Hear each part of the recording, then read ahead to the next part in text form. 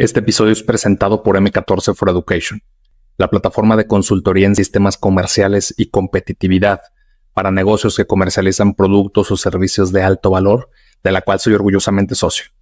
Si estás buscando incrementar la competitividad de tu empresa y mejorar tus resultados comerciales, visita m14.com. Con letras sería mcatorce.com, m14.com. Y solicita una auditoría totalmente gratis mencionando a Progresivo Podcast. Me ha tocado trabajar en Alemania 2 veces y vivir.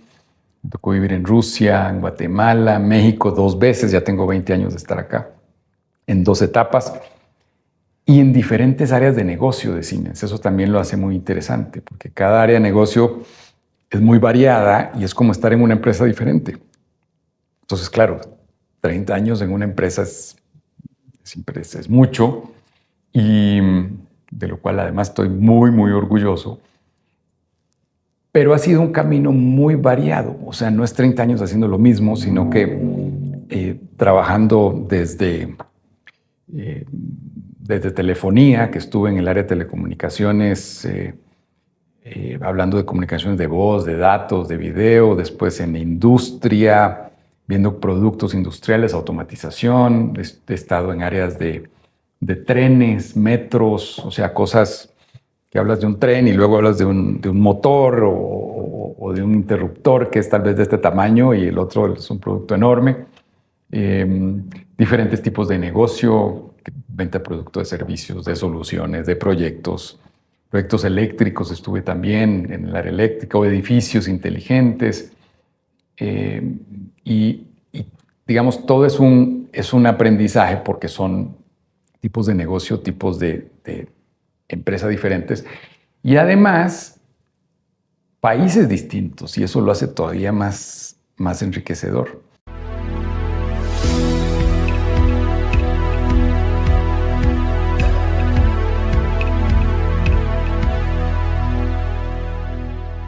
Bienvenidos a Progresivo Podcast. Yo soy Alberto Narracilla y aquí entrevistaremos a personas destacadas por su mentalidad de grandeza. Aquí compartiremos los retos, sacrificios y victorias que han vivido y los han llevado a formar su camino de éxito. Hoy tenemos como invitado a Alejandro Preinfalk, director general y presidente de Siemens para México, Centroamérica y el Caribe, además de su cargo como vicepresidente ejecutivo de Industrias Digitales. Ha ocupado diversos cargos directivos en Costa Rica, Alemania, Rusia, Guatemala y ahora México. Tiene la licenciatura en Ingeniería Eléctrica por la Universidad de Costa Rica, así como diversos cursos y de posgrado en Harvard, MIT, Stanford y la Universidad de Michigan. Alejandro es presidente de la Comisión México 4.0, además de ser presidente de la Cámara México-Alemania de Comercio e Industria. Es miembro del Consejo de Empresas Globales SEG y mentor y panelista de Endeavor México, además de ser parte del Consejo Latin America Bahrein, la Asociación de América Latina. Hoy hablaremos de 30 años de experiencia intraemprendiendo en una empresa multinacional, innovación y metaverso industrial. Alejandro, bienvenido a Progresivo Podcast. Pues encantado. Muchas gracias, Alberto. Encantado de estar acá contigo y tu auditorio. Oye, pues muchas gracias por ayudarnos a coordinar esta charla. La verdad es que teníamos bastantes ganas. Ya un par de personas nos habían recomendado el estar contigo. Lo veíamos un poquito difícil. Sé que eres una persona ahí muy apurada, están haciendo muchísimos proyectos para Siemens, entonces te agradezco de nuevo. No, pues encantado de platicar contigo y pues explorar todo lo que podamos aquí ahondar y que sea de interés, ojalá, para todo el auditorio. Oye, estaba viendo que últimamente estás involucrado en muchos proyectos de arte, pero arte combinado con tecnología, sí, combinados con la inteligencia artificial. Por ahí un proyecto con Palacio de Bellas Artes. ¿Nos puedes platicar un poquito de qué va? Pues sí, tuve un reto hace unos meses de que, digamos, recondicionamos las oficinas y resulta que mi oficina, que es aquí donde estamos, tengo una pared blanca atrás y no sabía cómo llenarla, y quería algo tecnológico, pero algo mexicano. Y entonces pues estuve buscando opciones y no encontré ninguna que tuviera esa combinación. Entonces me puse yo mismo a usar herramientas de inteligencia artificial para generar imágenes. Me interesó muchísimo porque además me encanta la tecnología. Y y me puse un par de semanas a experimentar con varias herramientas y ver cómo combinaba colores, técnicas. Y al final sí, me decidí por cuatro imágenes, 4 cuadros que resultaron pues, lo que usé para decorar aquí en mi oficina. Entonces son motivos mexicanos, tecnológicos, porque pues, los hice yo, pero con herramientas de inteligencia artificial. Entonces fue algo muy interesante, muy divertido también de probar de primera mano qué es lo que se puede hacer con la tecnología que tenemos ya hoy. Sí, porque muchas veces ya estamos hablando de tecnología, inteligencia artificial, pero no lo vemos a veces tan palpable como estas herramientas de primera mano. Tú tienes pues, ya más de 30 años de experiencia en Siemens y obviamente pues, es una empresa de tecnología, pero me gustaría saber de dónde vino cuando eras niño, cuando eras adolescente o qué incentivo, de dónde despertaste pues, este interés por la ingeniería, por la tecnología. Sí, buena pregunta. O sea, yo crecí en Costa Rica, estudié allá y siempre he sido una persona muy curiosa. Siempre me ha gustado experimentar, explorar, me encanta conocer cosas nuevas. Y esto lo encontré en 2 campos y fueron, cuando estaba terminando la preparatoria, fue mi pregunta, mi disyuntiva principal, si me iba por el lado de ingenierías o por el lado de medicina, que también es un campo apasionante para aprender y explorar. Al final me decidí por la ingeniería, por el impacto que puedas tener, no solo en las personas como la medicina, sino también en comunidades, industrias, países, y donde también está evolucionando mucho la tecnología. Y sigue siendo un campo apasionante. O sea, desde el día 1, desde antes de que empecé en Siemens, hace 30 años, desde que empecé la carrera, ha sido un constante aprender, o sea, sin parar. O sea, nunca pretendí que terminaba la carrera y se terminaba el aprendizaje, sino más bien ha sido un aprendizaje de por vida. Y las cosas que veíamos en ese tiempo, pues han evolucionado mucho. La misma empresa, o sea, se ha reinventado muchas veces. Y eso me motiva mucho. Es una de las cosas que me llena el ser curioso y tener un campo tan vasto como la tecnología que tenemos para seguir aprendiendo. Oye, ¿y por qué tenías esa disyuntiva entre ingeniería y medicina? O sea, ¿había algún médico en tu familia o de dónde vino? O sea, ¿por qué no una licenciatura, negocios? O sea, ¿por qué esas 2? Mira, médicos...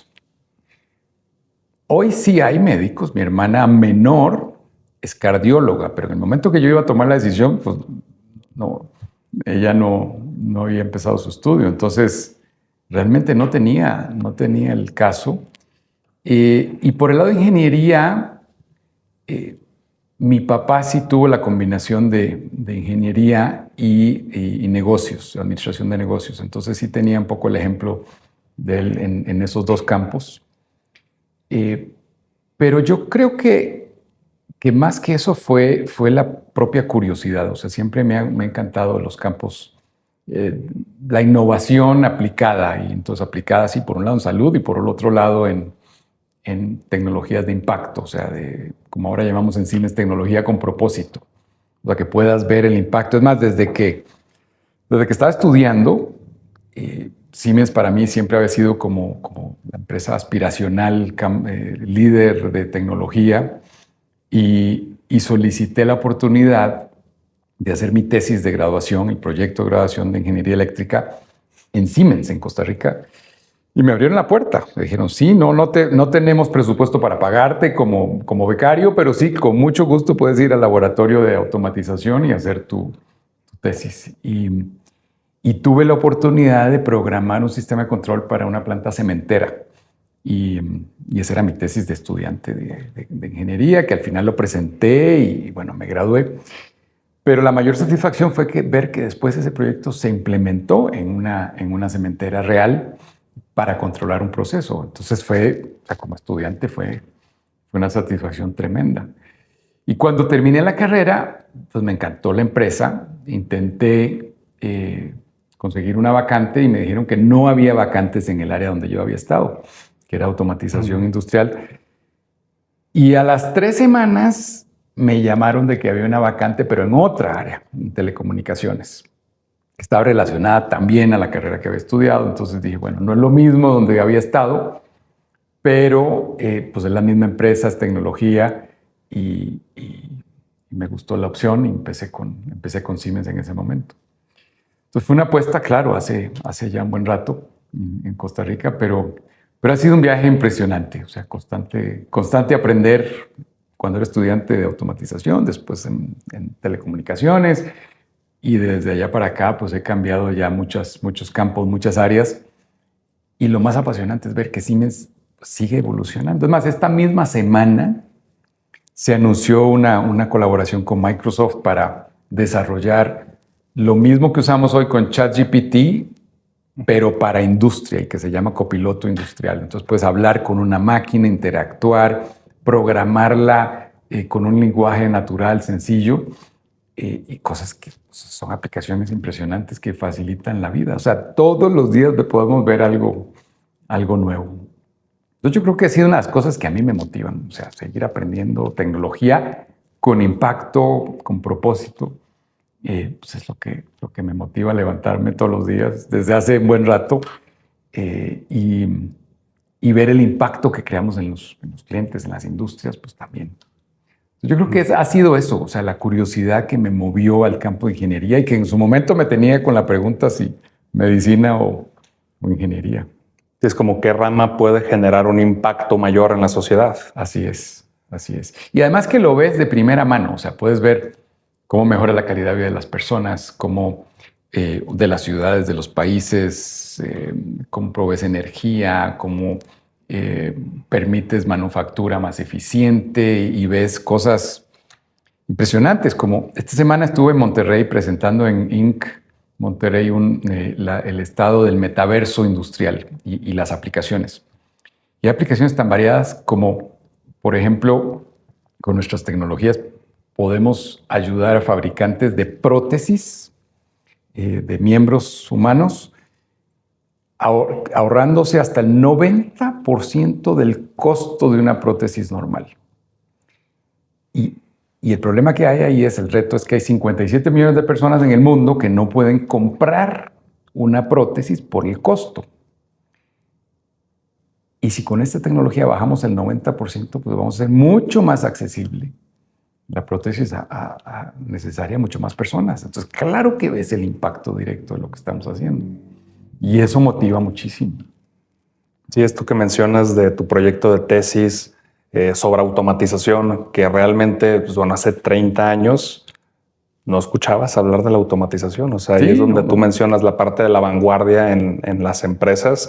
Yo trabajo mucho con empresas familiares que buscan esta parte de estructuración, procesos, infraestructura tecnológica, que es regularmente lo que carecen las empresas. Y pues ves esto como automatización como la última novedad que trajo la pandemia, pues cuando los grandes corporativos pues ya lo están implementando desde hace muchos años. Claro, o sea, ya lo traíamos desde hacía tiempo, pero no solo los grandes corporativos. O sea, hoy en día uno de los cambios más importantes es que la tecnología también la puedes aplicar en startups, en empresas pequeñas. Es más, los emprendedores más exitosos son los que se basan en tecnología, en digitalización desde el arranque, desde el inicio, ¿no? Y entonces son los que vemos que se convierten luego en unicornios rapidísimo, y los que sobresalen son los que tienen una base tecnológica bien fuerte. Sí, como parte de sus barras de entrada. Exactamente. Entonces sí, claro, grandes corporativos, pero también pequeñas, medianas, lo están utilizando. Oye, Alejandro, y en ese momento que te empiezas a involucrar pues, en Siemens, que te llega este proyecto, ¿tú cómo te ganaste un lugar en la empresa para realmente empezar a crecer y escalar? Tú sabes que hoy en día pues, no es tan habitual que las personas piensen casarse con una empresa a veces de por vida. Pues el ciclo laboral es de 1 año y medio, 2 años. Regularmente ya en los jóvenes, ya nadie piensa en casarse en una empresa. Muy pocos piensan en hacerlo. Seguramente pues, tu área de recursos humanos ya lo tienen medido. Pero tú en su momento, ¿cómo te ganaste un lugar en la empresa para empezar a crecer y probablemente construir esta carrera de más de 30 años? Pues mira, claro que cuando entras a una empresa así, yo mismo hace 30 años, pues, o sea, no me imaginaba las posibilidades que se iban a ir abriendo y y dónde iba a estar 30 años después, ¿no? Eso son cosas que se han ido dando paso a paso en la carrera. Yo diría que a mí siempre me ha motivado sí, el aprendizaje, estar rodeado de personas que te agreguen valor, que te inyecten energía, que te motiven. Y eso lo he encontrado en Siemens desde el día uno. O sea, ha sido pues un ambiente de trabajo muy colaborativo, con ganas de ayudar unos a otros para que todos vayamos creciendo.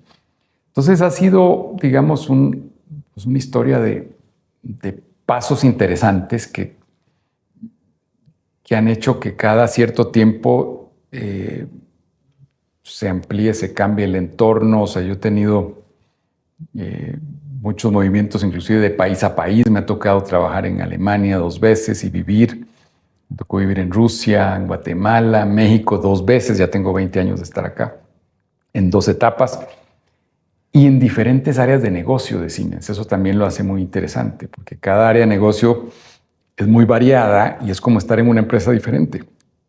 Entonces, claro, 30 años en una empresa es mucho, y de lo cual además estoy muy, muy orgulloso. Pero ha sido un camino muy variado. O sea, no es 30 años haciendo lo mismo, sino que trabajando desde telefonía, que estuve en el área de telecomunicaciones, hablando de comunicaciones de voz, de datos, de video, después en industria, viendo productos industriales, automatización.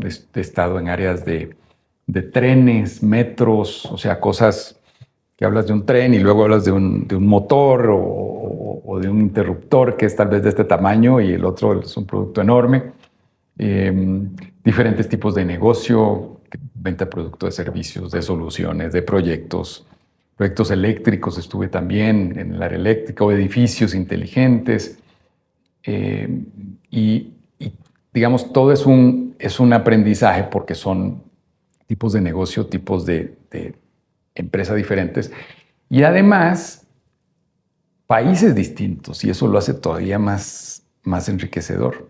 O sea, Siemens tiene presencia en 190 países. Entonces, imagínate, si te interesa eso, porque también tiene que haber ese gusto por conocer, pues es un campo perfecto para desarrollar la curiosidad, digamos, que tienes. Y vas...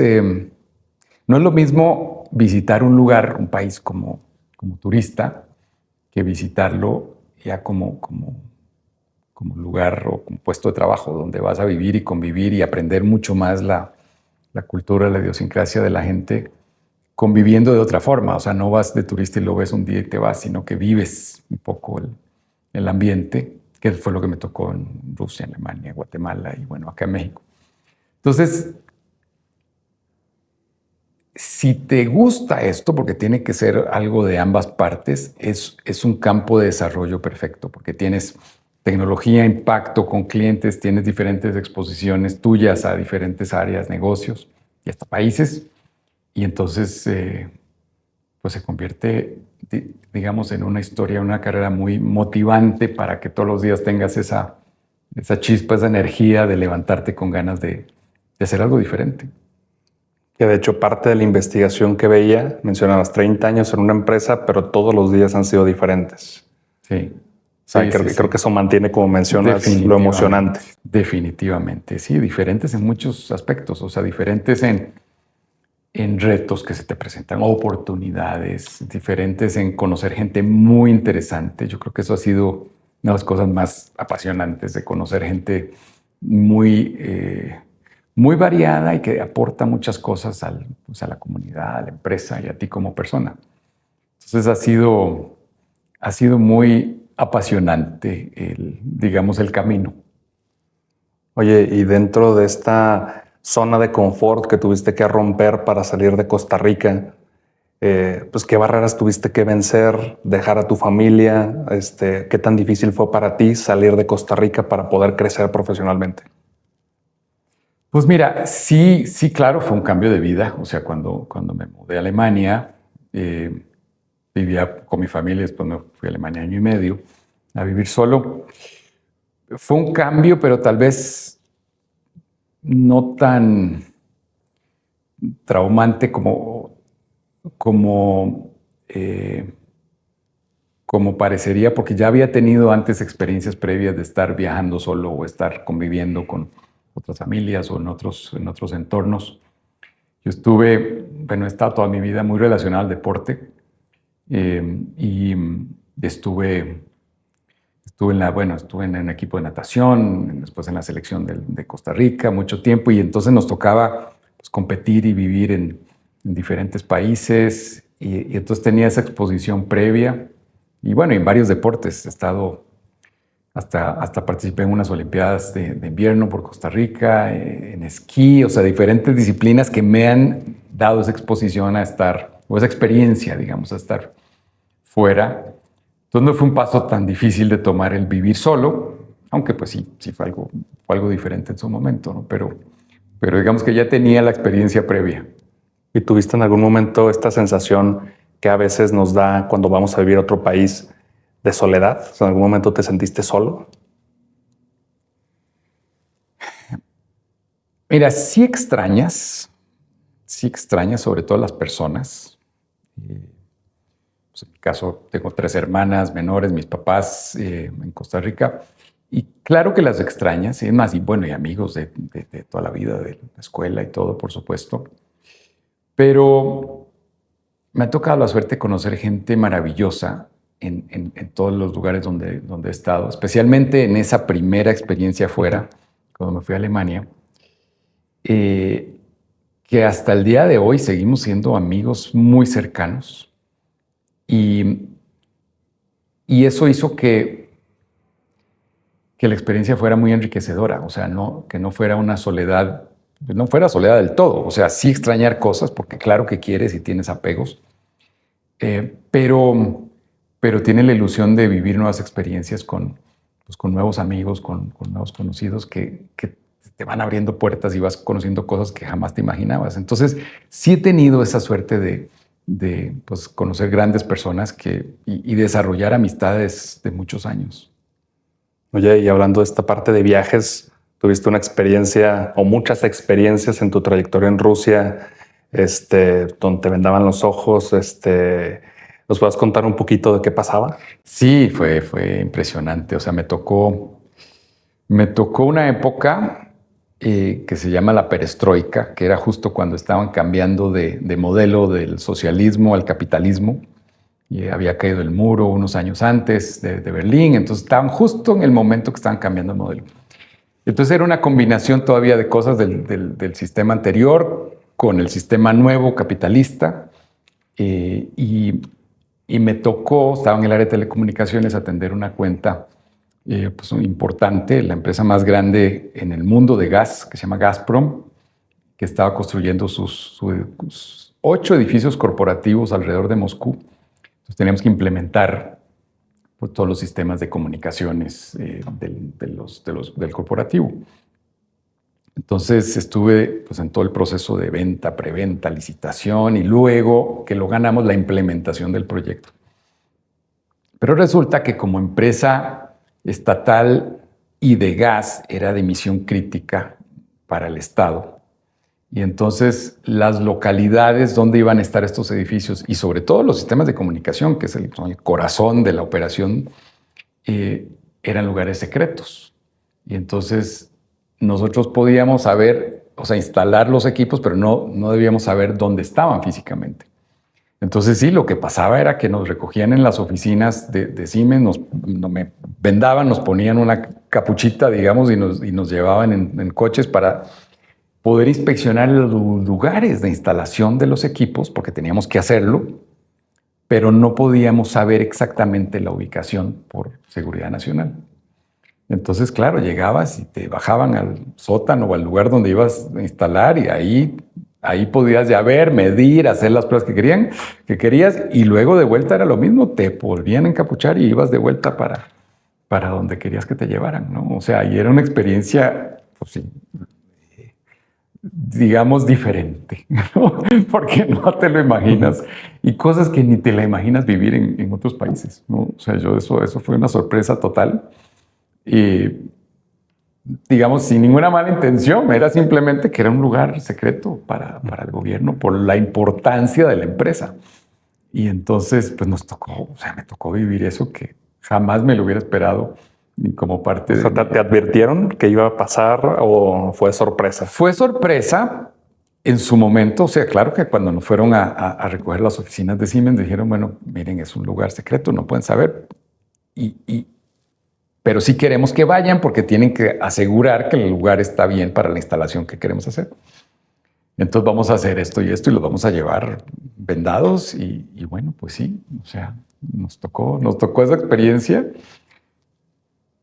Claro que me sentía seguro todo el tiempo y no era una experiencia traumática, pero por supuesto que no lo esperaba. O sea, no lo esperaba para nada. Entonces, sí es una anécdota interesante y era parte del reflejo de este cambio de régimen por el que estaba pasando Rusia, ¿no? De socialismo a capitalismo. Entonces, era una época bien interesante. O sea, creo que esto es lo que mantiene de todos los días son diferentes, pues creo que sí lo estuviste viviendo desde joven. No, totalmente. Sí, en ese momento yo tenía 23, 24 años, o sea, para vivir ya eso y en una cultura bastante diferente a la que estaba acostumbrado. Fue toda una experiencia. Oye, y el hecho de que estuvieras viajando tan continuamente entre país y país, ¿eso ha afectado de alguna forma como tus relaciones personales, sociales, de familia, de relaciones afectivas? O como una persona que a mí me gusta también mucho viajar, pero muchas veces sí mido el qué tanto puedo abandonar a mi familia, amigos, o qué tan irresponsable obviamente estoy siendo también con ellos. Claro. De tu parte, ¿cómo lo viviste? Claro. Bueno, esa específicamente cuando viví en Alemania y luego en Rusia, estaba soltero. O sea, no tenía familia directa. Claro que tuve que abandonar a mis papás, a mis hermanas y eso, pero digamos, ya había terminado mi carrera, era un paso natural y era temporal, entonces luego regresé. Y el resto, cuando vine a Guatemala, México y todo, pues ya me vine con mi familia, o sea, mi esposa, mis hijos, y en la medida que fuimos cambiando de país, pues fue creciendo la familia. Hoy tengo 3 hijos y los últimos 2 nacieron ya aquí en México, son orgullosamente mexicanos. Y entonces, o sea, no ha sido una experiencia en solitario, digamos, todo el camino. Claro que hoy en día, que estamos viviendo acá, hago viajes por negocio y muchas veces, claro, me toca ir solo. Pero son viajes cortos, o sea, no es que estoy cambiándome de país. y siempre ha sido, digamos, una experiencia enriquecedora. Y el estar cerca, por ejemplo, hablando de amigos, me pasa mucho que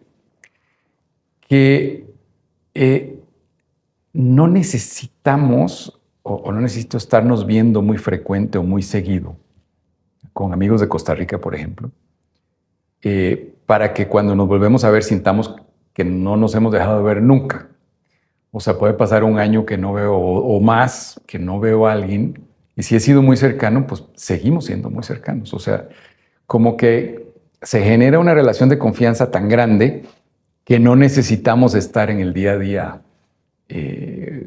cerca para sentir esa cercanía. Es curioso, pero así me pasa. Por ejemplo, el mes pasado estuve con un amigo en República Checa que fue de mis primeros amigos cuando fui a Alemania, entré a Siemens hace 30 años.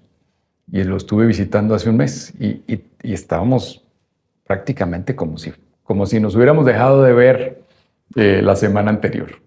Entonces, yo creo que depende muchísimo de esa relación y de esa cercanía que generas sin que necesariamente tengas que estar físicamente ahí. Sí, digo, y ahora con la parte de la globalización, creo que pues, tenemos a cada persona un clic. Ah, sí. Digo, y con lo que están haciendo en la parte industrial, que está viendo una de las últimas charlas que tuviste, donde en la parte de la pandemia, cómo tenían que solucionar temas de instalación y temas de operaciones y cómo buscaban digitalizarlo para no tener que tener técnicos presencial. Me gustaría preguntarte, cuando asumes la dirección que hoy es para México, el Caribe y Centroamérica, ¿cuál fue tu primera acción? Mira, cuando se anunció el nombramiento, hicimos un evento acá en la empresa. De hecho, estaba ya llevaban unos meses la pandemia de haber arrancado y me hicieron esa pregunta. Me dice, ¿a qué te comprometes en los primeros 100 días de tu nuevo puesto? Y lo que le contesté, me dice, me comprometo a escuchar. Comprometo a saber escuchar y lo que realmente quería decir era, me comprometo a estar cerca y a ser receptivo y empático con los colegas, con la empresa, con los clientes, con la comunidad donde operamos. Y tratar de tener o de estar junto con todos en el mismo barco. O sea, no necesariamente porque me ponen el puesto de CEO pretendo yo tener todas las respuestas y las soluciones y las mejores estrategias. Soy fiel convencido de que esto es un tema el éxito o fracaso de una organización depende del equipo. Y entonces, en ese sentido, por eso me comprometí a escuchar. Y escuchar significó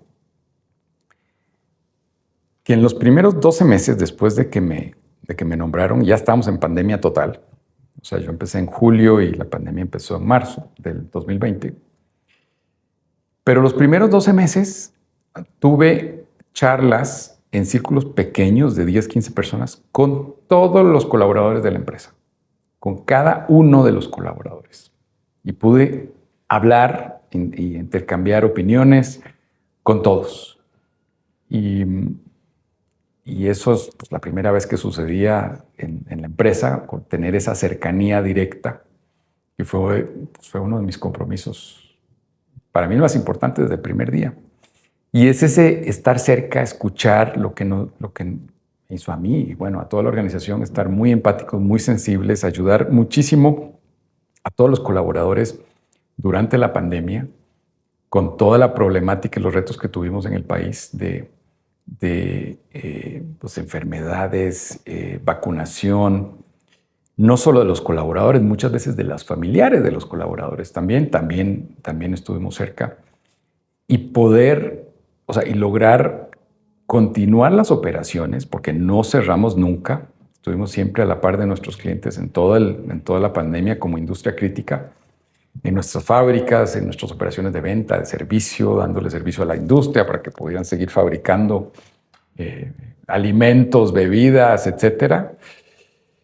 Y me llenó mucho orgullo ver la satisfacción después de todos los colaboradores y el agradecimiento, o sea, la gratitud de todos de que la empresa en forma genuina se estaba preocupando del bienestar de todos.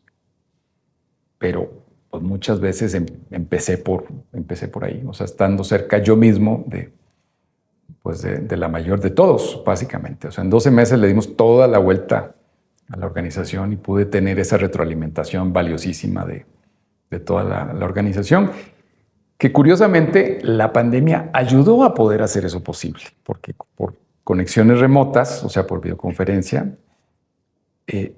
se hizo posible hablar con todos en México y con todos en Centroamérica sin tener que estar viajando y coincidir en el mismo lugar. Entonces, la pandemia más bien ayudó a hacer esa comunicación posible. Sí, digamos que ayudó a acelerar, ¿no?, el proceso natural de comunicarnos. Exacto. Digo, siendo una empresa solamente nativa digital, a subirse ahí al barco. Sí, no, totalmente. Bueno, y claro, a nivel de operaciones pasó lo mismo. Los clientes, o sea, tuvimos un aumento de solicitud de apoyo remoto a todas las operaciones de nuestros clientes, las plantas, para poder asegurar la continuidad, la calidad, en forma remota enorme, o sea, con nuestro centro de expertos dando apoyo remoto a las fábricas, a las plantas de los clientes. Tuvimos un aumento como de 500% de webinars y cursos remotos de tecnología para habilitar a los clientes también que pudieran hacer lo mismo. En fin, tuvimos un cambio de la noche a la mañana en requerimientos y en apoyo y en servicio remoto. Lo bueno es que nosotros desde muchos años antes ya habíamos creado la infraestructura para el trabajo remoto, para trabajar en forma móvil desde donde estuvieras, en nuestras operaciones y con nuestros clientes también. Entonces, el hecho de que de la noche a la mañana dijéramos, bueno, ya vamos a trabajar desde casa, pues ya teníamos la infraestructura, el software para poder hacerlo y también con los clientes. Claro, antes de pandemia, tal vez 10-20% estábamos, o sea, con la población trabajando remoto, y en pandemia, pues de repente subió al 100% de puestos que no eran puestos operativos. Operativos en planta, operativos en servicio en campo o ventas. O sea, la cantidad se aumentó, pero la infraestructura ya estaba ahí. Más ya teníamos políticas internas para trabajo remoto, todo eso ya lo teníamos desde antes. Y fue la oportunidad perfecta para ponerse a usarlo. Sí, más bien dijimos, bueno, fue una época pues trágica, difícil por las fatalidades, digamos, que se tuvieron en la pandemia, pero por el lado tecnológico aceleró muchísimo la adopción digital. La transformación digital fue acelerada totalmente por la pandemia, porque ya no era opcional el tema de subirse a la ola de la transformación digital. O sea, había que hacerlo si quería seguir operando. Entonces, pues sí fue un impulso. Es más, se calcula que hasta avanzamos 10 años más rápido de lo que hubiéramos avanzado sin pandemia en adopción tecnológica. ¿Y hoy qué están haciendo en la parte de automatización y metaverso? Que vi que fueron una de las últimas conferencias que ha estado impartiendo, ya sea por medio de Siemens o externamente.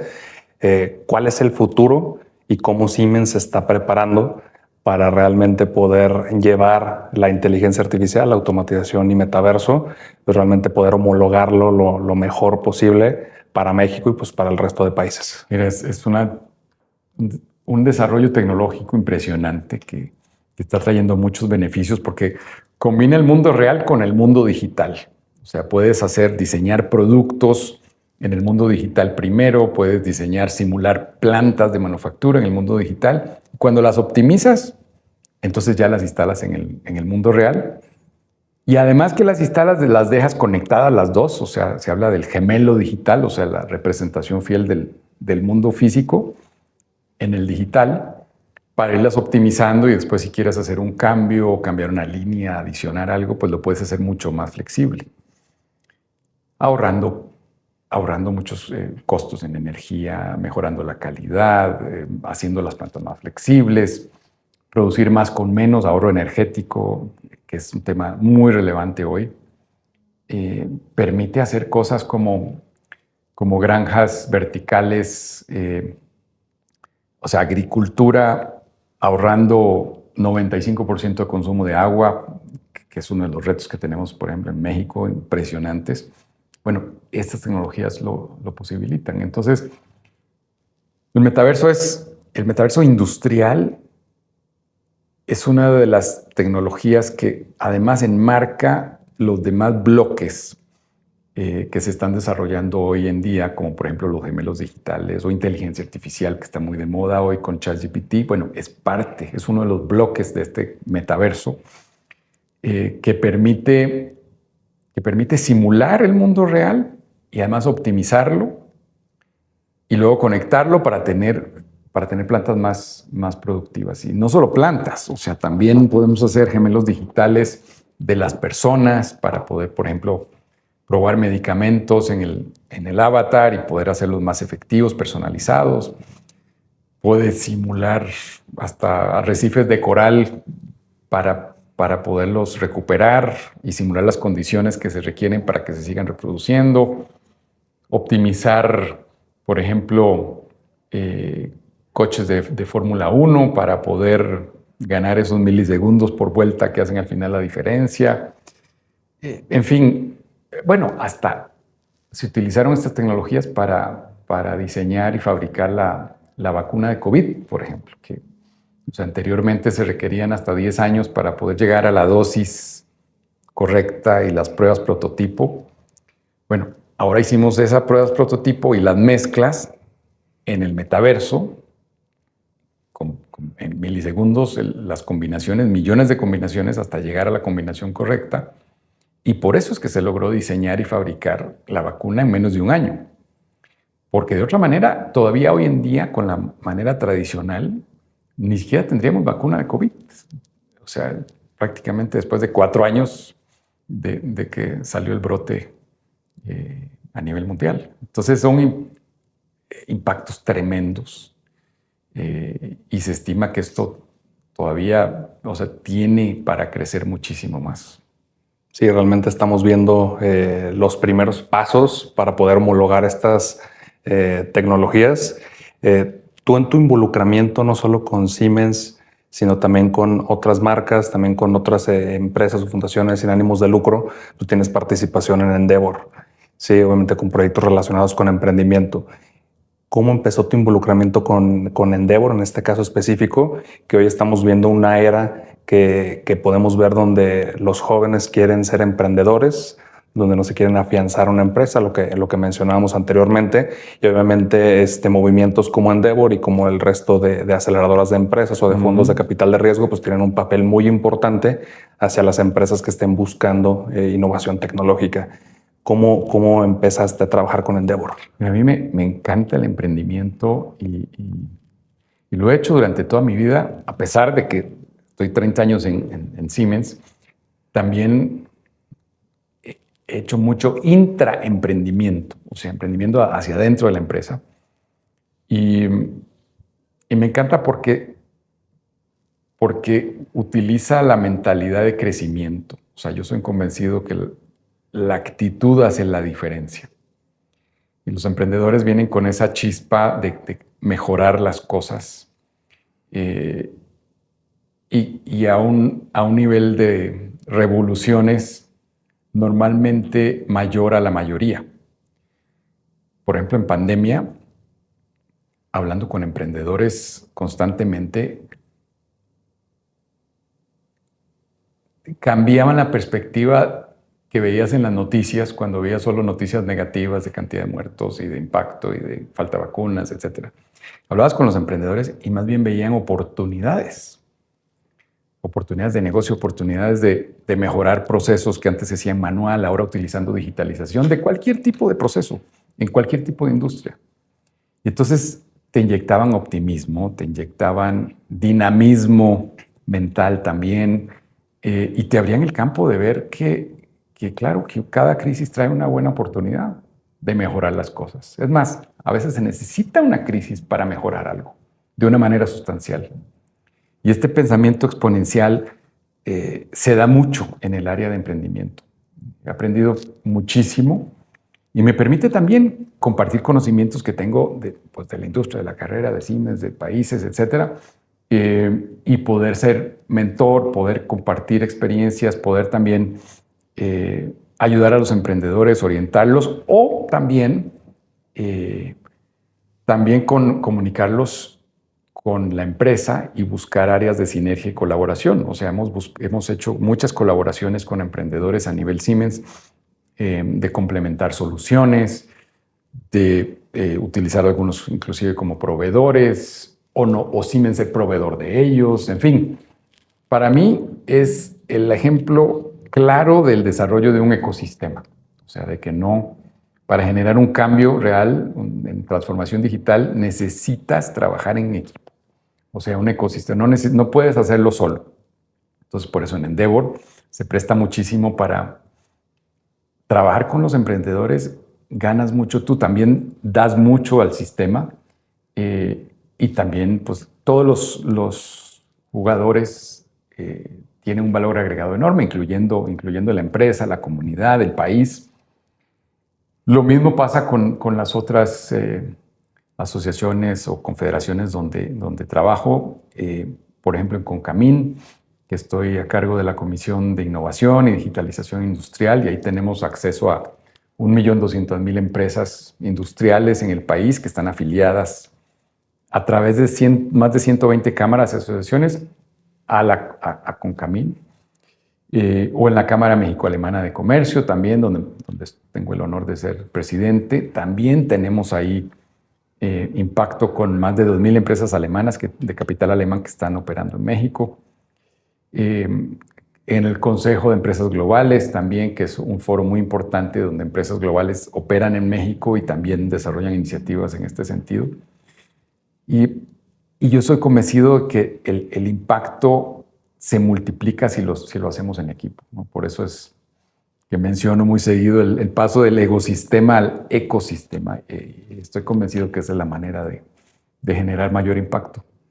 Sí, realmente las economías colaborativas, creo que avanzamos más cuando hacemos equipo, cuando hacemos esta parte de sinergia, porque si no, pues tenemos nosotros que hacer el camino completo solos y pues bueno, creo que nadie ha llegado muy lejos solo. Oye, amigo, pues estamos llegando al final de la charla. Me gustaría preguntarte, en todos estos años de trayectoria, no solo profesional, sino de vida, ¿con qué lección te quedas que realmente te haya cambiado y te haya convertido en la persona que eres hoy? Yo digo dos cosas. Primero, hay que tener pues, tus valores muy claros desde el día uno y no cambiarlos independientemente de los puestos o experiencias que te toquen trabajar. Yo siento que sigo estando con el día uno, como el día uno, con valores importantes en cuanto a honestidad, perseverancia, respeto, gratitud. Y en ese sentido yo me siento muy claro que soy el mismo, me siento el mismo desde el día 1 hasta 30 años después. Y lo otro es mantener esta mentalidad de crecimiento, crecimiento en impacto, crecimiento en conocimientos, en relaciones importantes que te agreguen valor. Y eso hace que tú como persona te sientas más satisfecho, más satisfecho con lo que haces, que te dé energía de levantarte cada mañana y decir hoy voy a hacer algo que importa, algo que es relevante para mí, para la empresa, para el país. Y eso es lo que también le digo siempre la semana pasada, a becarios que entraban en la empresa. Esa mentalidad de crecimiento es vital, porque los conocimientos se aprenden, la experiencia se gana, pero mucho está en ti de cómo poder hacer o no una carrera interesante, exitosa, pero sobre todo satisfactoria, que a ti te llene el hacer lo que haces, que te sientas orgulloso, que le cuentes a tus amigos, a tus vecinos, a tu familia, con orgullo el impacto que estás logrando. Y para mí eso es lo más importante. Dejar un mundo mejor que el que recibiste. Exactamente. Generar impacto, como el que estamos haciendo aquí en México. El año entrante cumplimos 130 años de presencia continua aquí en el país y pues con un legado impresionante de mejora tecnológica, pero en comunidades, en desarrollo de personas, abriendo oportunidades. Ya somos más de 7,000 colaboradores en el país y directos e indirectos más de 80,000 que trabajan con nosotros de alguna manera. Y esto pues genera una satisfacción enorme de poder ser parte de esta gran historia de éxito en el país. Alejandro, pues te agradezco muchísimo el tiempo, la charla. ¿Cómo pueden encontrarte las personas en LinkedIn? Que ahí es donde estás bastante activo. Mira, lo más fácil, sí, es LinkedIn, Alejandro Preinfalk, y ahí pues con mucho gusto puedes escribir por el email o mandarme un mensaje a mí o contactar a la empresa, en fin. Y poder seguir aprendiendo y contribuyendo todos juntos. Pues te agradezco muchísimo de nuevo el tiempo y la charla y pues recuerden que todo avance y es progreso. Nos vemos la próxima semana. Gracias. Un placer. Gracias a todos. Gracias a ti, Alberto. Muchas gracias por escucharnos hoy. Si disfrutaste esta charla, compártela y síguenos en redes como @progresivopodcast. Nos vemos en el próximo episodio.